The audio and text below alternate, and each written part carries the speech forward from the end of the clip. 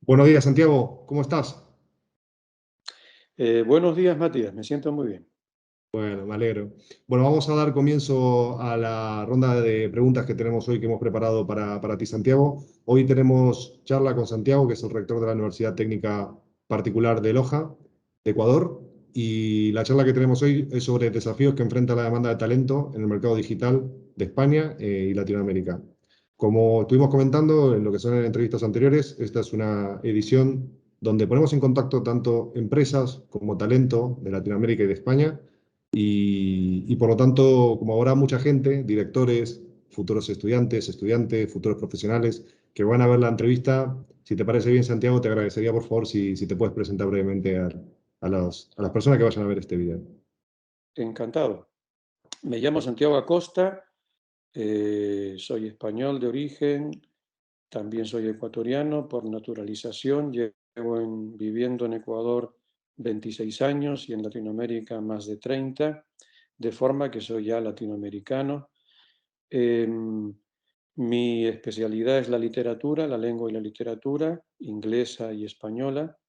Y ahora me dedico sobre todo, como campo de trabajo académico, a la literatura latinoamericana. Me gusta especialmente y me dedico especialmente a la literatura mexicana y argentina y por supuesto a la ecuatoriana. Y como trabajo actual de gestión, pues me dedico al rectorado, soy rector de la Universidad Técnica Particular de Loja, que es una universidad católica fundada por hermanos maristas y administrada actualmente por misioneros y misioneras identes, una institución católica de origen español que lleva muchos años en Ecuador. Y la UTPL los fuertes de la UTPL son la educación a distancia, por tanto, el uso de tecnologías aplicadas a la educación. Somos una universidad muy tecnológica, por lo menos le damos mucho valor al uso de la tecnología. También somos fuertes en vinculación con la sociedad, con el medio, y estas son como las fortalezas que tiene la UTPL. Genial. Bueno, muchas gracias por la presentación, Santiago. Si te parece bien, vamos a ir lo que es directamente a las preguntas. Tengo la primera pregunta. La primera pregunta es intentar buscar un poco de similitudes o sinergias de situaciones que probablemente son cotidianas en España y que probablemente en Latinoamérica también ocurre lo mismo, y concretamente también en Ecuador. Y resulta que muchas veces nos encontramos que los chicos cuando acaban las carreras nos encontramos que muchas veces como que no están preparados para empezar a trabajar lo que es hoy, insertarse en el mercado laboral desde el minuto uno, ¿no? Entonces, bueno, la pregunta concretamente es, algunos programas formativos como administración de empresas, periodismo, también existen otras carreras, que cuando los chicos salen de las universidades no están preparados para el mercado laboral y concretamente digital, y esto en parte se puede ver a una falta de actualización de los programas formativos. No sé si usted comparte esa visión y concretamente en caso de que sí, ¿qué acciones considera necesarias realizar para que se ajusten los programas a las necesidades actuales que requiere lo que es la economía digital?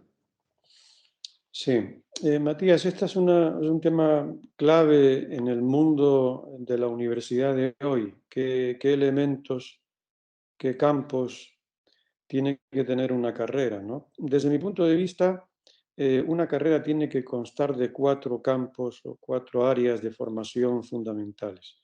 La formación personal, porque quien se forma es un ser humano que tiene que tener visión de sí mismo, de la vida, de la sociedad, y todo ser humano quiere realizarse como persona. La universidad no puede permanecer ajena a este ámbito. En segundo lugar, la formación básica en un campo. No sé, ser ingeniero significa entender el lenguaje y las metodologías de un campo profesional como la ingeniería, o ser físico comporta comprender los grandes problemas de la física, usar bien el lenguaje y los métodos de estudio e investigación de la física. Y lo mismo ser pedagogo o cualquier otra profesión o ciencia con una vocación profesional. Pero ahora, en el mundo de hoy, es también clave o son claves 2 ámbitos fundamentales, que son el ámbito tecnológico, porque vivimos en una sociedad digital que cada vez es más digital y las profesiones se están digitalizando muchísimo. Entonces, las carreras tienen que proporcionar a los futuros profesionales conocimientos muy fuertes en tecnologías para el ejercicio profesional. Tecnologías que significan no solamente herramientas, significan también datos. Las tecnologías nos proporcionan visiones nuevas de la realidad. Hay un campo actual que son las humanidades digitales, que es fascinante porque se usan las tecnologías para, de manera visual, conocer ámbitos de las humanidades nuevos a los que antes no teníamos acceso porque no teníamos las tecnologías actuales de orden digital, de información y la comunicación. Por tanto, el ámbito tecnológico. Y en último lugar, las competencias blandas, que son tan importantes como la formación básica.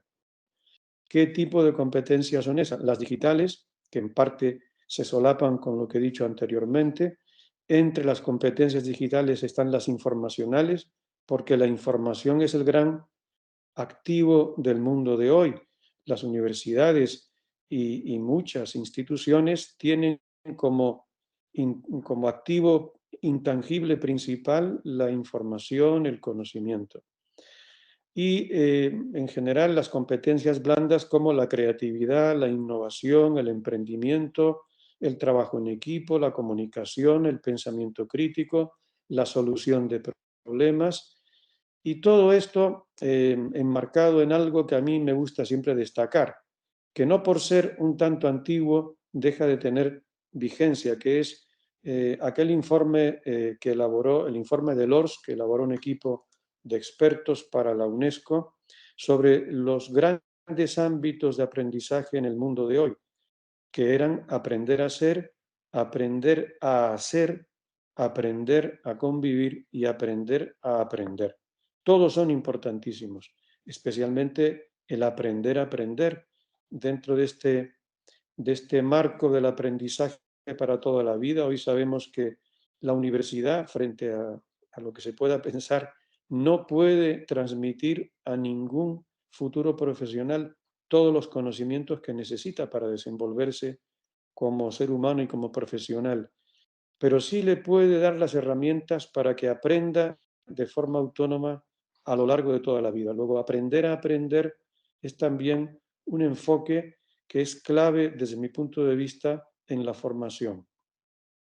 Estoy súper de acuerdo con lo que acaba de decir, aparte me ha encantado. Y un tema súper importante, yo que trabajo en el mundo de marketing y aparte de tecnología, hay un tema que se valora muchísimo y que no todos los perfiles lo tienen, que se llama la curiosidad. La curiosidad te lleva a investigar, investigar te lleva también a aprender. Nosotros nos encontramos muchas veces que encontramos chicos que contratamos a las personas por actitud, más que por conocimiento. Porque el conocimiento se puede aprender, pero la actitud es muy complicada poder aprenderlo. Normalmente eso se puede trabajar y se puede corregir con los años, pero bueno, soy una de las personas que pienso que muchas veces la actitud viene innato de cada uno. Y eso es lo que acaba de decir, lo de aprender a aprender, me parece fundamental porque también lo hemos compartido con otras personas, hemos hablado con el CEO de Banco Galicia de Argentina, hemos estado hablando con personas, estuvimos hablando también, bueno, con diferentes ponentes, y uno de los temas que hablábamos sobre la ponencia es que la velocidad de tecnológica, la digital, va mucho más rápido de la capacidad de las personas de poder aprender o ingerir esos conocimientos. Entonces, si nos quedamos solamente con lo que estudiamos en la universidad, probablemente dentro de 4, 5, 6 o 7 años, pues quedamos totalmente desactualizados, ¿no? En efecto, así es, Matías. Y eso que dices de la curiosidad, que yo lo llamo curiosidad y lo llamo también motivación. Es uno de los grandes problemas de la educación actual, porque nuestros estudiantes, no es un diagnóstico que yo haga de todos los estudiantes, pero muy a menudo les falta curiosidad, vienen muy poco motivados. Y a mí me parece que es por la sobreexcitación de estímulos diversos a las que están sometidos los estudiantes de hoy.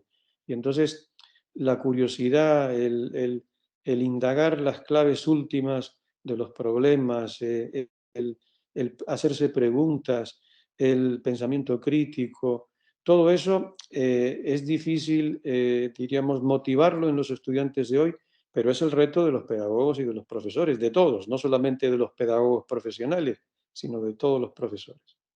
Sí, de hecho, también hay una cosita para comentar, si quieres, antes de pasar a la siguiente pregunta, hay un tema que si querés en otro momento lo hablamos, o si quieres dar también tu punto de vista. Hay un tema que es increíble, lo que me pasa con los públicos más jóvenes, hablamos de chicos de 20, entre 20 y 30 años concretamente,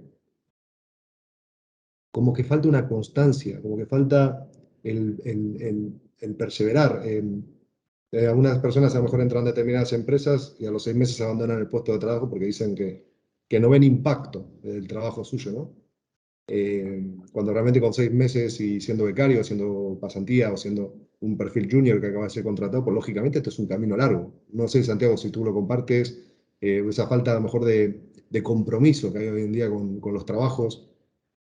Sí, sí, completamente de acuerdo. Es un problema actitudinal, ¿no? Es la cultura del esfuerzo, de la constancia. Estamos acostumbrados en el mundo de hoy a que todo tenga un resultado inmediato. Y hay cosas en el ámbito laboral donde el resultado no se ve sino después de muchos meses, de mucho tiempo de trabajo. Entonces, por eso te decía que una parte importantísima de la formación universitaria superior es el tema de valores y actitudes, ¿no? Es como la visión que tienes que tener del trabajo como campo humano, de actividad humana. No puedes pretender que los resultados se den de forma inmediata, ¿no? El éxito no es tener resultado de hoy para mañana, el éxito es también lo que se va incubando a lo largo del esfuerzo, de la constancia, de la perseverancia. Aunque haya aparentes fracasos, lo importante es el resultado a largo plazo, a medio o largo plazo. Correcto. Totalmente alineado. Con respecto a la segunda pregunta, Santiago, y hablando sobre el tema de la digitalización y demás, ha entrado un player recientemente, que es el COVID-19 que nos ha afectado a todos, es una desgracia, pero también creo que ha traído algunos aspectos positivos de cara a la economía digital. Entonces, la pregunta es, con respecto al COVID, que ha afectado, todos lo sabemos, ¿no? Todos los sectores y que muchas veces ha obligado a lo que son a muchas compañías a tener que digitalizarse a lo que es a la fuerza. Con respecto a este tema hay dos preguntas. La primera es, ¿qué cambios positivos considera desde su perspectiva ha traído el COVID para el sector de la formación? Y la segunda es, ¿cuáles han sido los principales learnings de la pandemia aplicado al sector de la formación? Yo creo que el cambio positivo principal que ha traído este gran experimento forzoso en el que todas las instituciones educativas han tenido que trasladar su actividad a plataformas digitales, normalmente plataformas de videoconferencia. El gran cambio ha sido comprender que las tecnologías son una herramienta que facilita eh, la formación. Es decir, se ha dado un cambio de paradigma, ¿no? Eh, Antes de la pandemia, frecuentemente se consideraba que el aprendizaje a través de tecnologías era una opción de segunda mano, era como la segunda opción, no solamente en el sentido de si uno no podía estudiar presencialmente, pues siempre había la posibilidad de hacerlo a distancia o en línea, sino que además la educación en línea o a distancia es algo de segunda categoría en calidad y en prestigio. Esto está cambiando o ha cambiado. Nos hemos dado cuenta de que las tecnologías no comportan ni que la educación sea mejor ni peor, sino que son un medio fundamental que no se puede eludir en el mundo de hoy. ¿Qué sucede? Cuando hablábamos de la sociedad digital al comienzo, las profesiones se han digitalizado a una velocidad vertiginosa, pero no la educación. La educación, en buena medida, ha sido una actividad profesional muy conservadora. Los profesores universitarios somos muy conservadores e incluso los estudiantes que entran en la universidad esperan que seamos conservadores. Y una cosa es que utilicen las tecnologías para su comunicación personal y otra muy distinta, que estén animados a usarlas para el aprendizaje. Lo segundo es más difícil. ¿Qué ha sucedido? que este conservadurismo frente a la digitalización de la educación se ha roto en mil pedazos en la pandemia. Y ahora comprendemos que la educación se tiene que digitalizar. El reto está en las decisiones que tome cada institución y en las opciones pedagógicas, tecnopedagógicas que tome cada profesor. Esa para mí es la gran ganancia de la pandemia. Y diríamos, los aprendizajes que en general los universitarios tenemos que hacer. El primero es que se desprende de lo anterior, que es fundamental la transformación digital de la educación. Digitalizar más la educación es clave. No es que sea una opción, es que no hay más remedio. Es que la nueva normalidad no puede consistir en volver a una presencialidad 100%. No se trata de rechazar la presencialidad. La educación es la misma, con acentos distintos, con rasgos distintos, en modalidad presencial o en modalidad distancia o en línea. Aprendemos. El resultado es que aprendemos. Unas cosas se hacen mejor en educación presencial, indudablemente, pero otras se hacen mejor en línea o a distancia. Lo clave es que digitalicemos tanto la educación presencial para que sea todavía mucho más potente, más poderosa, y avancemos en general en la digitalización de la educación, porque los perfiles de los estudiantes se han modificado drásticamente. La educación presencial obedecía a un perfil tradicional. El estudiante que terminaba el bachillerato, que tenía todo el tiempo del mundo para estudiar y se dedicaba a asistir a una institución presencial. Hoy eso sigue siendo válido para una parte mayor o menor de la población, pero cada vez más hay personas que trabajan y que estudian a la vez, personas que han hecho una primera carrera de forma presencial y quieren continuar estudiando y lo hacen a distancia, amas de casa o personas que por su estilo de trabajo viajan con frecuencia, cambian de lugar, quieren seguir formándose y no pueden hacerlo de forma presencial. En definitiva, los perfiles se han diversificado tanto y menciono un último perfil, hay muchos más. Por ejemplo, y nosotros tenemos en la universidad muchos casos, como 200 personas privadas de libertad, reclusos, que están en las cárceles, evidentemente no pueden salir de la cárcel para incorporarse a una educación presencial, pero pueden estudiar una carrera siendo internos y pueden ayudarse con ello a rehabilitarse como personas. Y cuando terminan y salen, cumplen su pena, tienen una serie de conocimientos para poder reinsertarse en la sociedad. Además, otra enseñanza, va a crecer mucho el aprendizaje híbrido.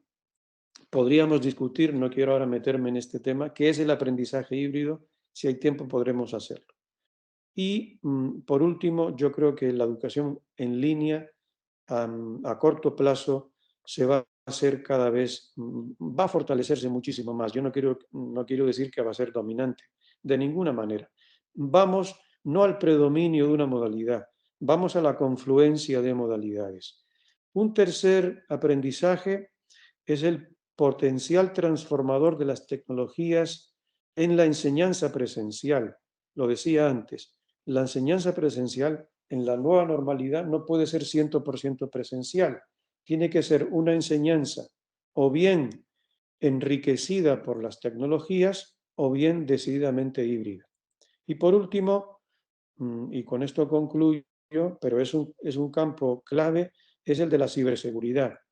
Cuando cada vez más dependemos de tecnologías, cuando cada vez más nuestro mundo del trabajo está metido en un computador, cuando dependemos de datos, el proteger del intento de robos de datos, de infiltración de virus, de ataques informáticos, nuestra infraestructura tecnológica es cada vez más importante porque aumentan los ataques de piratas informáticos y las instituciones tienen que asegurar que este intangible, que es la información y los datos, estén seguros. Me ha gustado muchísimo su respuesta, Santiago. Y de hecho hay una cosa que me ha parecido súper interesante, lo de lo que comentaba, lo de los 200 reclusos, que sinceramente me chocó, pero para bien.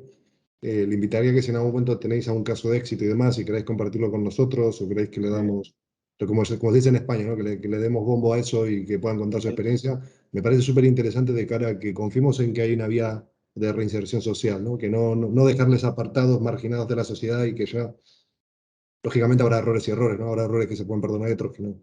Pero aquellas personas que sí que tengan la posibilidad, que puedan demostrar que se puede salir, ¿no? Que el camino a la delincuencia, pues a lo mejor no es el correcto, ¿no? Me ha parecido súper interesante, la verdad que De me acuerdo. pareció increíble. Bueno, con respecto a la tercera pregunta, como le comentaba, bueno, yo he estado impartiendo clases por más de 8 años en una universidad en España, y me he encontrado, cuando los chicos empiezan a estudiar en la carrera, concretamente doy clase de posgrado, ¿vale? En la parte de maestría. Y me he encontrado que existen determinadas carencias en los perfiles muy relacionadas con hojas de cálculos, que probablemente tengan mucho que ver con las carreras de ingeniería también, que al final, pues las hojas de cálculos es algo que se utiliza en el día a día, administración de empresas también, en la elaboración de cálculos sencillos o bien en términos de presentaciones en público. Y en varios casos, carencias del inglés. Vosotros como universidad, ¿os habéis encontrado con esta situación similar cuando los alumnos comienzan los estudios de grado? Es decir, estamos hablando a lo mejor de unas carencias de la educación más elemental. ¿Es una carencia de las carreras de grado? ¿O cuál es su visión al respecto, Santiago? Sí, bueno, yo creo que lo que está claro es que cada vez más los sistemas educativos eh, previos a la educación superior, hablo de primaria y secundaria, cada vez más tienen carencias, ¿no? Por lo que comentábamos antes, porque se está perdiendo la cultura del esfuerzo y se introduce una visión muy peligrosa que consiste en que bueno, el estudiante tiene que aprobar siempre, ¿no? Independientemente de que demuestre mayor o menor aptitud, pues en su derecho está el pasar de año, el pasar de curso.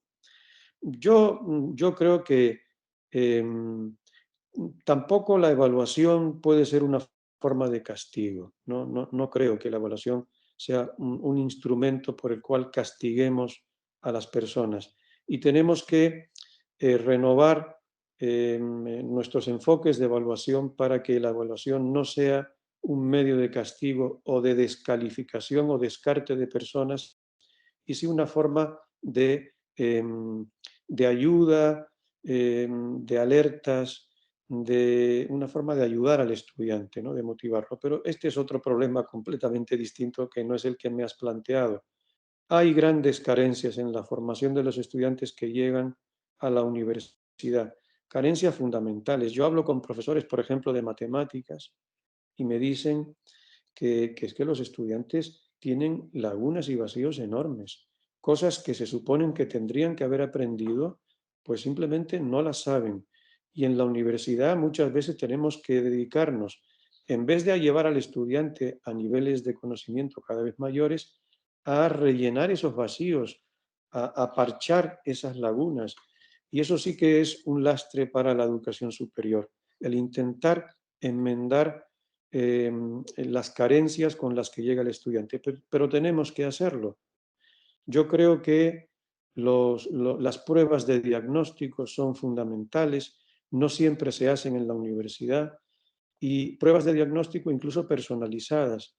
Es decir, cada estudiante tiene sus necesidades de nivelación propias y las tenemos que abordar.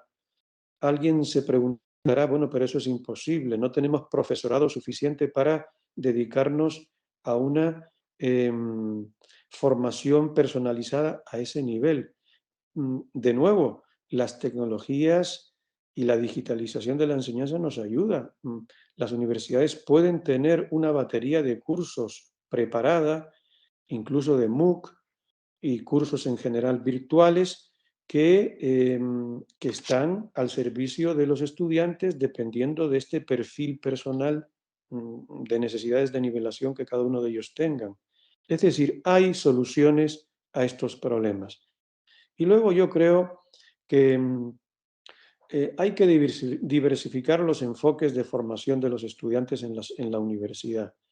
Por ejemplo, el poner en práctica el aprendizaje activo, enfrentar al estudiante con problemas reales, utilizar enfoques pedagógicos como aprendizaje basado en problemas, aprendizaje basado en proyectos o aprendizaje basado en retos.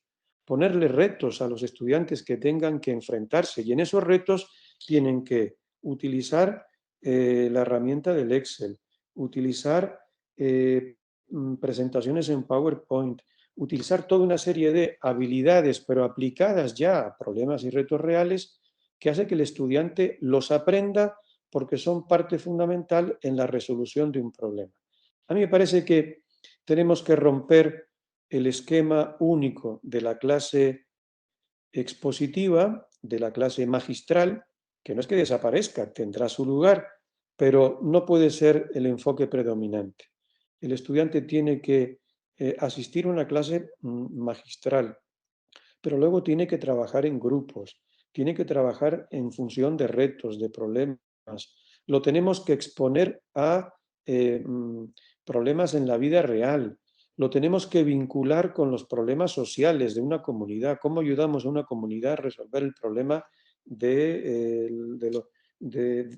el manejo de residuos sólidos, los problemas que pueden tener de contaminación, los problemas de vivienda, los problemas de salud, cómo a través del aprendizaje-acción el estudiante se vincula con la sociedad, especialmente con las comunidades más pobres, más marginadas, y de esa manera aprende también a que su formación profesional universitaria tiene una dimensión social de solidaridad con los más pobres y marginados.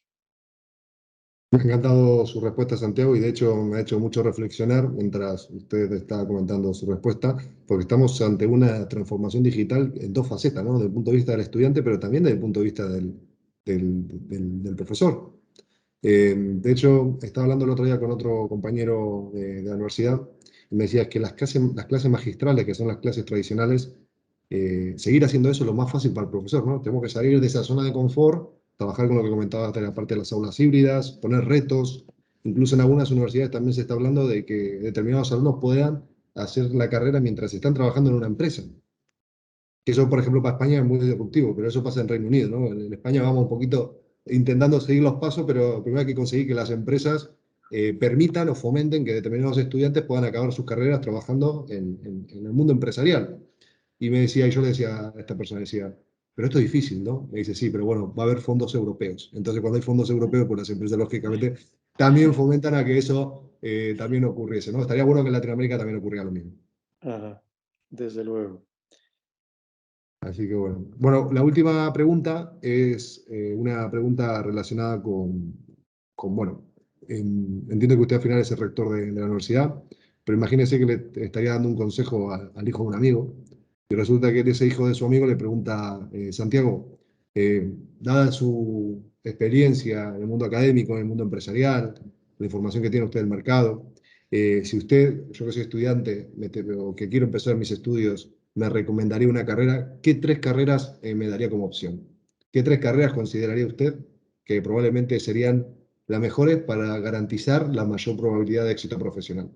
Que seguramente esto estará relacionado también con temas de soft skills que comentaba antes, pero a nivel de mercado, de sensación, de cuáles son los próximos años, hacia dónde tendríamos que ir. Sí. mm, Bueno, has mencionado mi condición de rector y una de mis grandes preocupaciones justamente es el de carreras que van perdiendo vigencia y qué carreras nuevas tenemos que ir creando para preparar a los estudiantes para un mercado laboral que está en una transformación profunda. Y en este análisis yo me encuentro con cosas muy contradictorias. Pongo un ejemplo. Ecuador es un país que quiere potenciar el turismo como fuente de ingresos para el país. Somos un país dolarizado, necesitamos dólares, no podemos fabricar dólares y entonces necesitamos que los dólares entren por la vía de la exportación la inversión extranjera, que es muy baja, o por el turismo, que los turistas traigan dólares o euros o monedas duras. Y entonces, por ejemplo, en Ecuador, las carreras de turismo se están vaciando de estudiantes. Yo percibo que muy probablemente se van a ir cerrando las carreras de turismo en nuestro país, en todas las universidades. Es algo enormemente contradictorio. No sé por qué esto sucede. Y luego carreras nuevas que creamos porque crees que van a tener una alta demanda en virtud de las características del mercado laboral y porque realmente se necesitan, pues no tienen una respuesta en la demanda estudiantil. Pongo un ejemplo. Hace poco creamos logística y transportes. El tema del transporte es clave en el mundo de hoy, pues no hay muy buena respuesta, probablemente porque lo psicológico es un factor muy importante. Si el estudiante ve que esa carrera, esa oferta, no se traduce automáticamente en una profesión, entonces no la ve como una oportunidad de empleo futuro. O seguridad y salud ocupacional. Vivimos en un mundo en el que la gestión de riesgos es cada vez más importante y el tema de seguridad y salud ocupacional es clave. Sin embargo, tampoco ha habido la demanda que nosotros pensábamos que iba a tener. Pero respondiendo a lo que me dices, yo partiría, antes de responder con esas tres profesiones y alguna más, yo partiría de grandes ámbitos de oportunidad laboral en el mundo presente con proyección futura muy fuerte. Yo creo que las profesiones relacionadas, por ejemplo, por un lado, con la matemática, datos e inteligencia artificial van a ser importantísimas. En segundo lugar, las profesiones que se vinculan con energías limpias, cambio climático y sostenibilidad, también de altísima pertinencia en el futuro. En tercer lugar, las profesiones donde interviene la electrónica y lo que tiene que ver con automatización. Y por último, todas las profesiones vinculadas con el campo de la salud y la creación de contenidos. Sobre esta base, yo creo que tres carreras que van a tener una gran importancia y cada vez mayor demanda son, por ejemplo, la informática médica. Es decir, carreras todavía no tienen nombre. Unos la llaman biomedicina o bioinformática. Yo no me atrevo a denominarlas con un nombre porque no está fijado. En definitiva, esta carrera que va a consistir en ayudar a los estudiantes a que se desenvuelvan en un ámbito que comporta básicamente el crear soluciones y herramientas tecnológicas para que se apliquen en el ámbito de la salud humana. Eso es clave, eso es clave. Otro ámbito es en el ámbito de la salud, el de la gerontología y cuidados paliativos. Cuando la población está envejeciendo, no solamente en Europa, sino también está pasando en Latinoamérica. Ahora tenemos una población joven, pero ya empieza a haber un crecimiento cada vez más negativo, es decir, nacen menos niños y cada vez mueren más personas mayores o hay más personas mayores. La gerontología, esa especialidad médica que se ocupa de los ancianos, y el tema de cuidados paliativos, no solamente hay cada vez más personas mayores, sino que los seres humanos vivimos más y ese tramo final de la vida tiene cada vez peor calidad médica de salud. La salud se deteriora mucho. Los cuidados paliativos van a ser claves. Y por último, termino, algo que a mí me preocupa mucho como rector, porque me parece que no hay carreras que formen a profesionales que sean diseñadores instruccionales. El diseño instruccional o el diseño educativo va a ser también un ámbito profesional de altísima demanda, desde mi punto de vista. Muy interesante, Santiago, muy interesante. De hecho, el último que acaba de comentar de diseñador instruccional no se me había ocurrido.